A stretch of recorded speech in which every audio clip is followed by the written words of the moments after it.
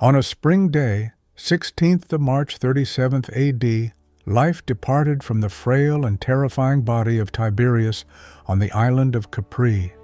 News of the emperor's demise spread like wildfire through the streets and squares of Rome. The two-decade burden of his oppressive rule seemed finally over. Romans, overcome with joy, poured onto the streets, carrying flowers, shouting greetings, and shedding tears of relief. Hope now had a name: Gaius Julius Caesar Germanicus, the young heir of the people's beloved general, Germanicus. For ordinary citizens, this event marked almost a rebirth of the Augustan era's grandeur. They eagerly awaited the arrival of a young, charismatic emperor in whose veins flowed the blood of heroes. The new princeps made a triumphant entry into the capital, like a bright star appearing in the sky. He was greeted with affectionate nicknames: our baby, our chick, our little Germanicus. The contrast with the grim Tiberius was striking. Caligula appeared as a long-awaited dawn after a long, dark night. However, Rome was yet unaware that behind his radiant smile lay a soul scarred by tragedies and nurtured in the grim atmosphere of Capri. The emperor, so enthusiastically welcomed that day, would soon earn a reputation as one of the most sinister rulers in the history of the Roman Empire. In 12 AD, in the heart of the Germanic military camp spread along the Rhine, a boy was born who was destined to leave an indelible mark on the annals of history, or rather, his nickname would: Gaius Julius Caesar Germanicus. His father, Germanicus, was universally loved as an outstanding Roman general, victorious in battles, and the undisputed heir to popular trust. His mother, Agrippina the Elder, was a direct descendant of Augustus himself. With such noble lineage, Gaius seemed destined for greatness. However, his true fame came not from his official name, but from a charming detail of his childhood. Dressed in miniature custom-made armor and tiny soldier's boots, the boy became a kind of army mascot. The legionaries, delighted by how he, like a miniature copy of his father, strolled among them, began affectionately calling him Caligula, meaning little boots.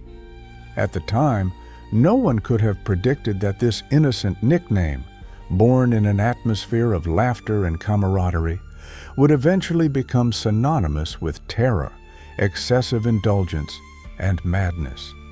Germanicus was not merely a military commander, he was the pride of Rome. His triumphant victories in Germania breathed new confidence into the empire after the devastating defeat in the Teutoburg forest. His charisma was so potent that the people saw him as Tiberius's rightful successor. However, in 19 AD, while commanding troops in the east, Germanicus suddenly fell ill in Antioch. High fever, convulsions, relentless physical exhaustion, his death shocked the entire empire. But misfortunes rarely come alone. Soon, sinister rumors began to circulate. Was it not poisoning? Many blamed Gnaeus Calpurnius Piso, the governor of Syria, who, it was claimed, acted under Tiberius's secret orders.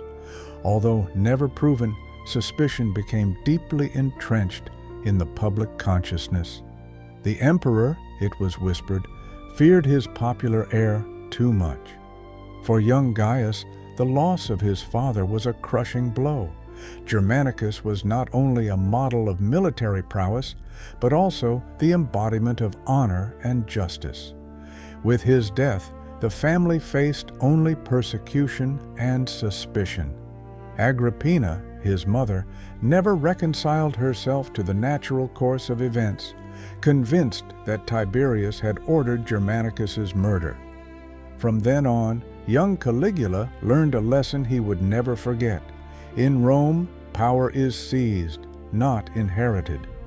After Germanicus's death, Agrippina the Elder, consumed by grief and fury, did not seek solace, but yearned for vengeance.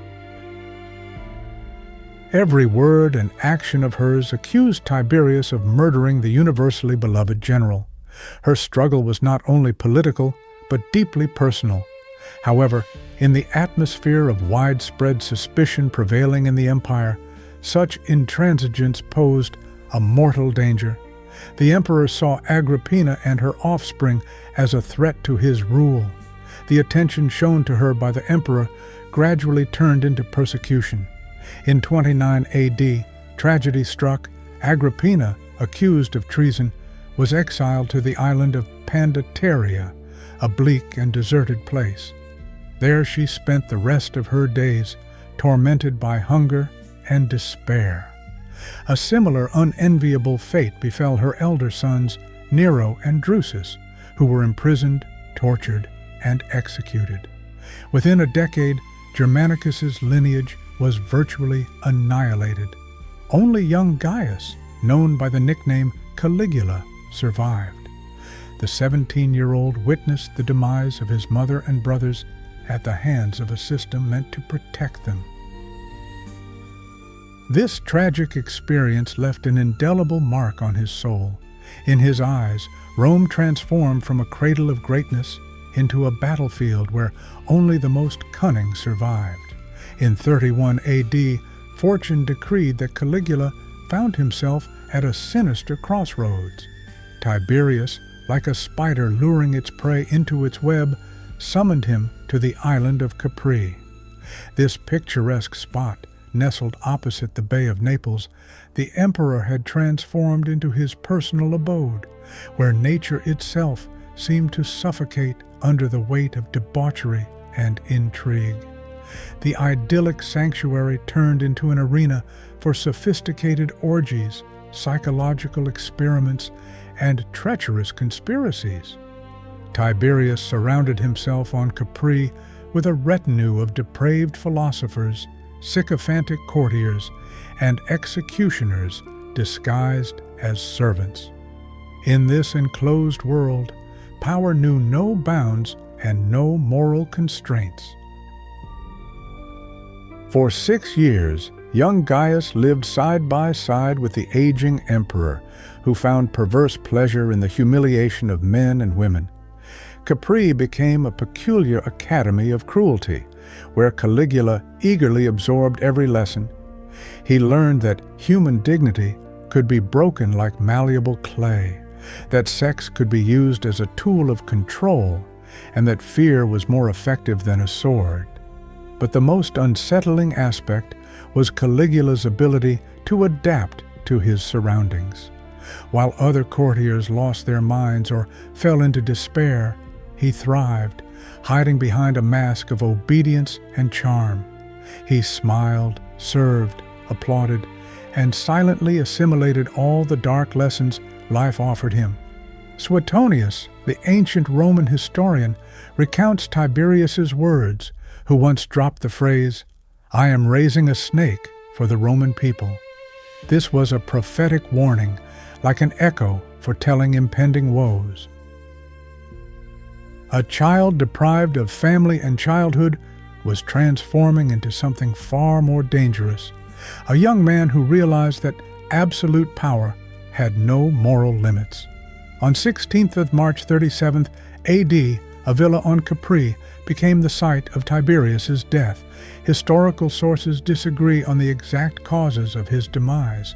Some claim it was a natural end, while others hint at a violent one, attributing to Caligula an impatient desire to hasten his ascent to power by ordering the old emperor to be suffocated with a pillow.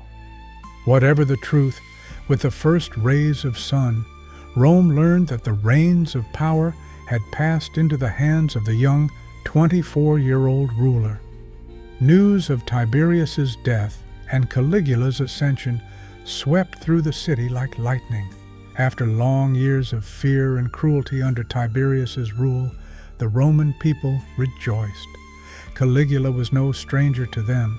He was the son of the adored Germanicus, whose childhood was spent among soldiers, an heir of an ancient lineage. In his image, they saw hope for the revival of past glory. When he entered Rome as emperor, the streets were overflowing with people, greeting him with affectionate nicknames such as our baby, our star, our chick. Veterans who had served under his father could not hold back tears, seeing their general's son become Caesar. Rome had not witnessed such a triumph since Augustus's time. In the first months of his reign, Caligula responded to the people with generous gestures, freeing political prisoners, returning confiscated property, and staging lavish spectacles. He presented himself to the people as an accessible and just ruler, almost a savior. Rome believed a new golden era had dawned. However, behind this radiant facade lurked the dark shadow of Capri. The snake, nurtured by Tiberius, was ready to release its venom. Upon ascending the throne, Gaius Julius Caesar Augustus Germanicus, better known as Caligula, initially seemed to embody the hopes of the Romans.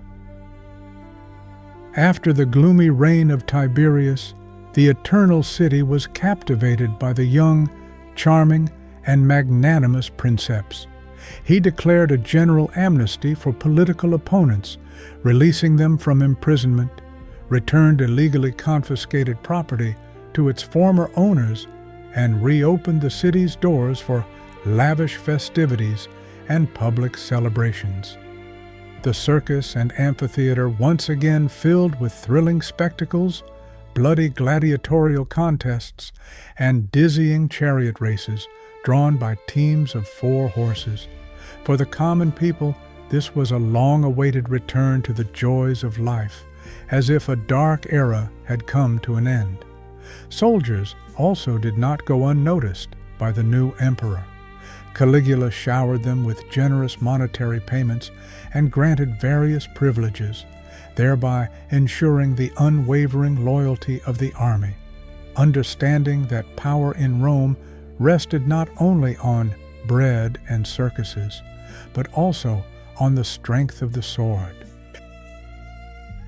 Even the Senate, always suspicious of new rulers, was pleasantly surprised by his apparent restraint and moderation. For a short time, Rome believed it was governed by a just and benevolent leader, a worthy successor to the great Augustus. However, this dazzling brilliance concealed sinister shadows. Behind Caligula's every action lay a test of permissible boundaries, a kind of experiment to see how far he could go in his ambitions. His welcoming smile was merely a flawless mask, hiding far more insidious and dangerous plans. While the people admired his generosity and magnanimity, Caligula began to arrange the pieces in his sinister game, preparing for the realization of dark designs. At the center of his attention were not the Senate or the army, but his own sisters, Agrippina the Younger, Livilla, and Drusilla. In an unprecedented act, he ordered their names to be included in official oaths alongside his own, which was unheard of in Roman history. He commanded coins to be minted with their images, a privilege usually reserved for goddesses or empresses.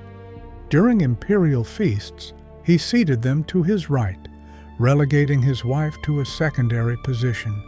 However, it was not only ceremonial innovations that caused alarm, but also rumors circulating on the Palatine Hill.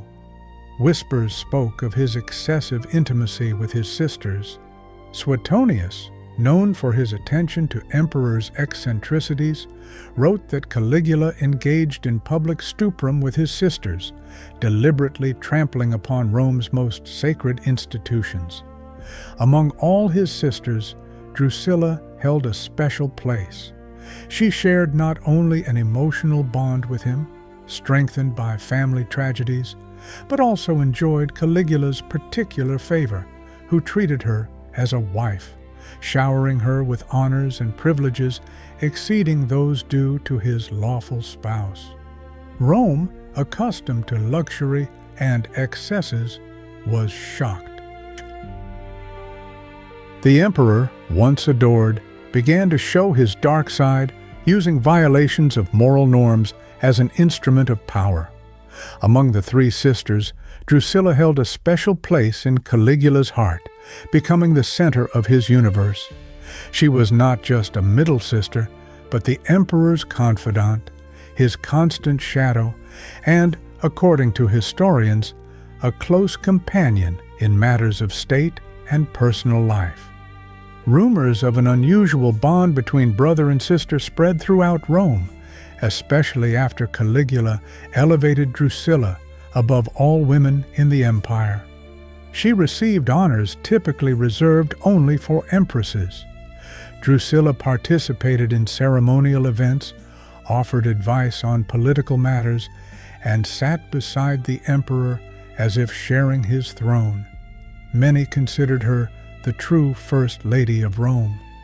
However, a tragic turn of fate occurred in 38 AD when Drusilla died at the age of just 21. Historians point to a sudden illness, although rumors of poisoning or conspiracy circulated. For Caligula, Drusilla's death was a personal catastrophe. The young emperor plunged into deep grief and despair. He secluded himself for several days, refusing food and interaction. When he finally emerged, he made an unprecedented decision. He declared Drusilla a goddess. Caligula ordered a temple to be erected in her honor, organized a funeral surpassing even the most triumphant military processions in its lavishness, and proclaimed that anyone who refused to worship Drusilla would be guilty of sacrilege. It was then that the Romans realized Caligula's grief had crossed the bounds of humanity. He had crossed a line approaching divine madness. The Roman Empire found itself under the rule of a man who imagined himself capable of creating gods at will, which plunged society into a state of astonishment and fear. After Drusilla's death, a deep fissure opened in the emperor's mind, plunging him into the abyss of madness. Grief transformed into maniacal delusion. Caligula, once content with the title of Caesar, now imagined himself a living deity.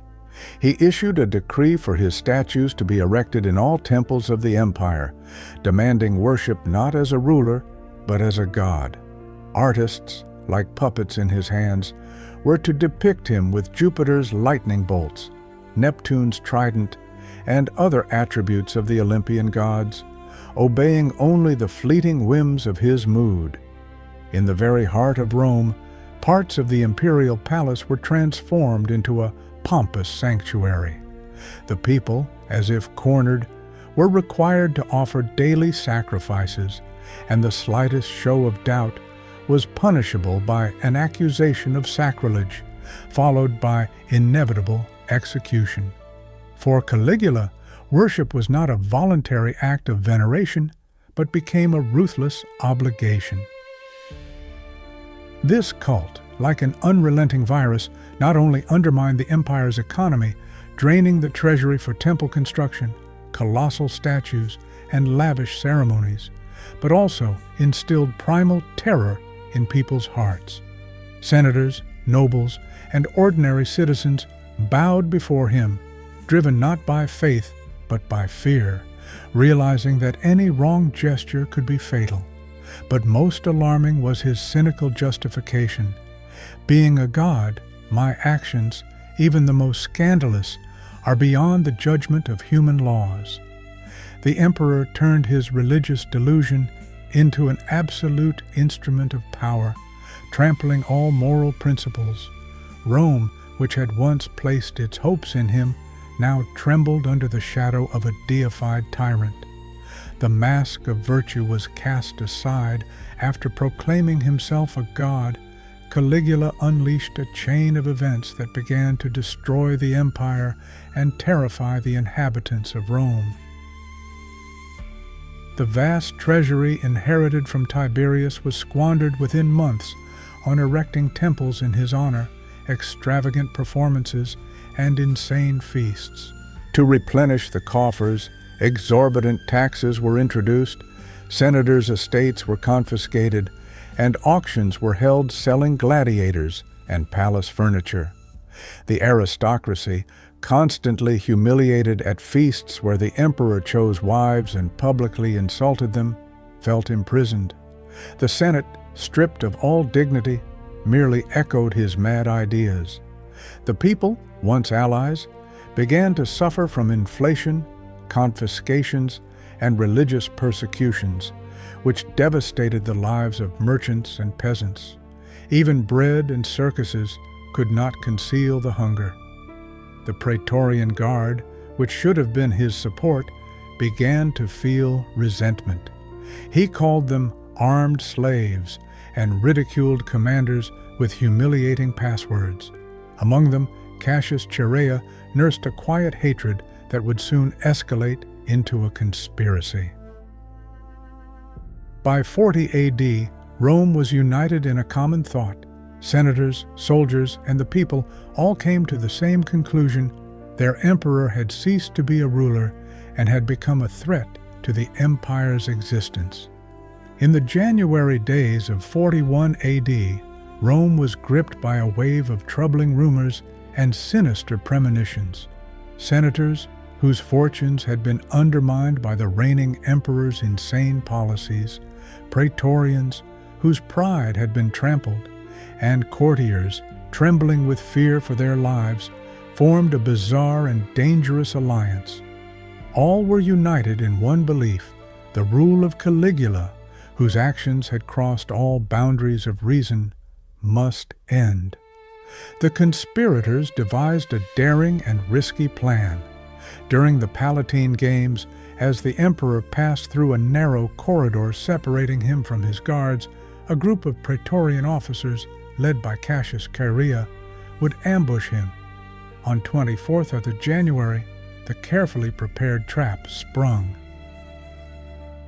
Caligula, walking with the confidence of a man convinced of his divine status and exchanging jokes with his retinue, had no inkling of the impending danger. He likely mistook what was happening for another theatrical performance until Cassius Chaerea appeared before him. The bitter truth struck him as the first blade plunged into his body. The conspirators, consumed by hatred and a thirst for vengeance, inflicted over 30 stab wounds on the man who had imagined himself a god. The tyrant's blood stained the marble slabs of the palace where he had so often humiliated his subjects. His wife Caesonia and young daughter were executed moments later to quash any potential claims to the throne. The one who had thought himself a living god died a pitiful death as an ordinary mortal, begging for mercy.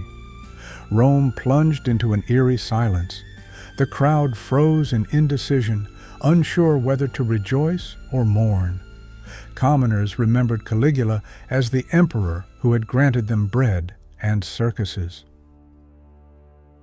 The aristocracy, however, breathed a sigh of relief.